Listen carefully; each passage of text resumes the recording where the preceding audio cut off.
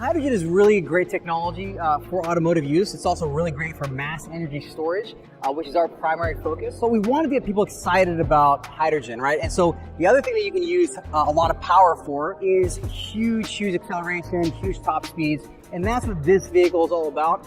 This is the XP1, and what it does is it basically delivers a lot of power to all four wheels to get you very, very fast, 0 to 60, actually 2.2 seconds, and a very high top speed over 200 miles an hour. This communicates why hydrogen is so good for automotive, right? And what you can do with a car like this is you can refill in 3 to 5 minutes. And what's unique about that is that this is actually an electric vehicle. Not unlike most other battery electric vehicles you guys have heard of, this will actually have the same torque on those motors. It will have the ability to be cooled. And that's what hydrogen is all about. Hydrogen stores electrical energy in the bond between the hydrogen molecule itself. What this will do is it'll take the hydrogen, it'll inject it into this engine, it'll pass by a plate, right? That plate is called a fuel cell plate, right? That's going to be a membrane electrode assembly. It's going to have a catalyst on there. That catalyst is going to have a reaction with the hydrogen, right? It's going to separate on the anode and the cathode side, and there's an electron that's going to charge the vehicle. The more hydrogen you pass through, the higher the power is going to come out of this engine.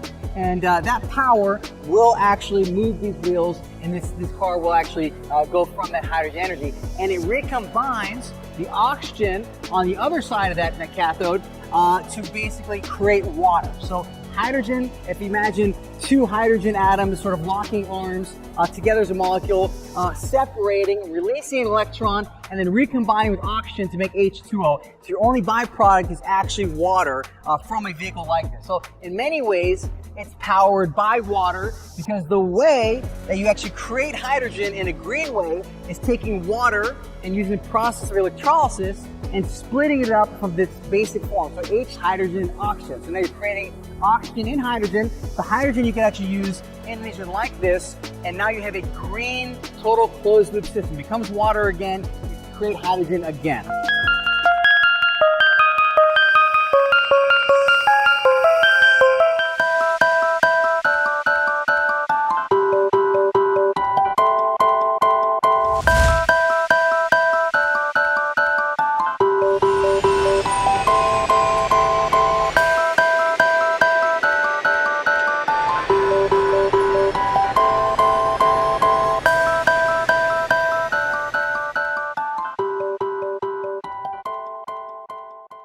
This engine can actually last 3 times longer than most hydrogen engines. And that's because there's a very, very cool catalyst technology that preserves the platinum, right? It does not allow it to degrade as quickly. And that is why this is so unique in its engine form, not just because of the raw power, but also because it has its durability.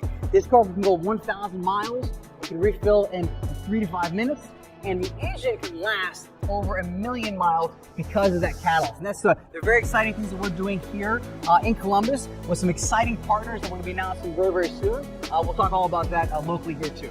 Part of what we want to do here in Ohio is build more stations to build the infrastructure. So you can ask what's different. Number one, the costs come down.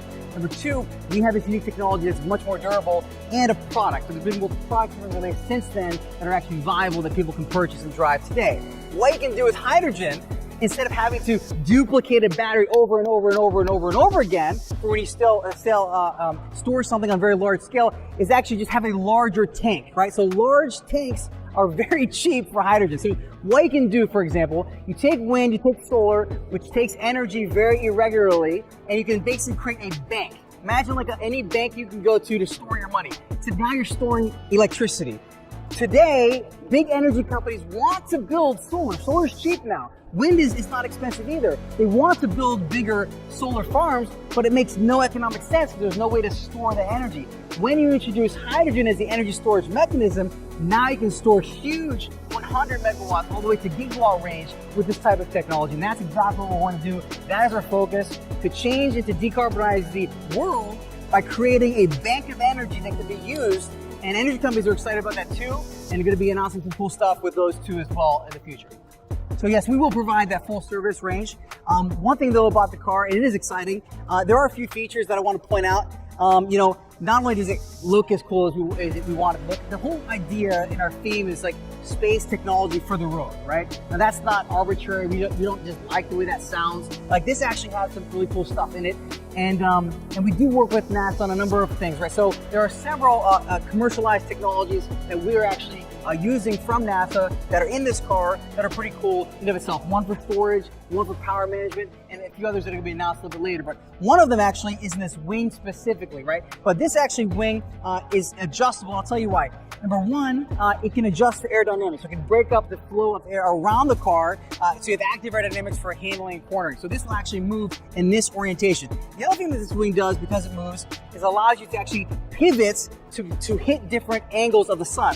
Why? Because this actually is a solar wing specifically. So it has a very unique NASA technology called multi-junction solar, and that allows you to basically have 3 times the energy capacity and the speed, that basically ability to grab that energy in a much smaller surface area. The main takeaway from this vehicle is it does have some really cool, engine technology. It's all about the engine technology, which you see right here. There are some cool technologies that we're going to introduce later that are also part of this car that are going to be a separate announcement. But when it comes to car design relating to fuel cells, the magic sauce is all about the chemistry, right? So the catalyst chemistry, the material science, that is what's most important in this vehicle and how that works specifically. When I told you that durability, we talked about the 3x durability, that's what makes this thing so unique. That 1,000,000-mile target, we are doing that to make these more viable across the board, not just for this application, but obviously if you're in a commercial truck, you want that to be, a long-lasting vehicle. So the solar wing represents wind. It basically wraps around the car and it's shaped by the wind itself, right? So this represents wind, it all represents solar. The blue accents you see actually come through the actual wheel here. If you look a little bit closer, this actually sweep through here and come right back through this A-pillar. This represents water, right? Because water is the foundation for how you create hydrogen and the byproduct of hydrogen.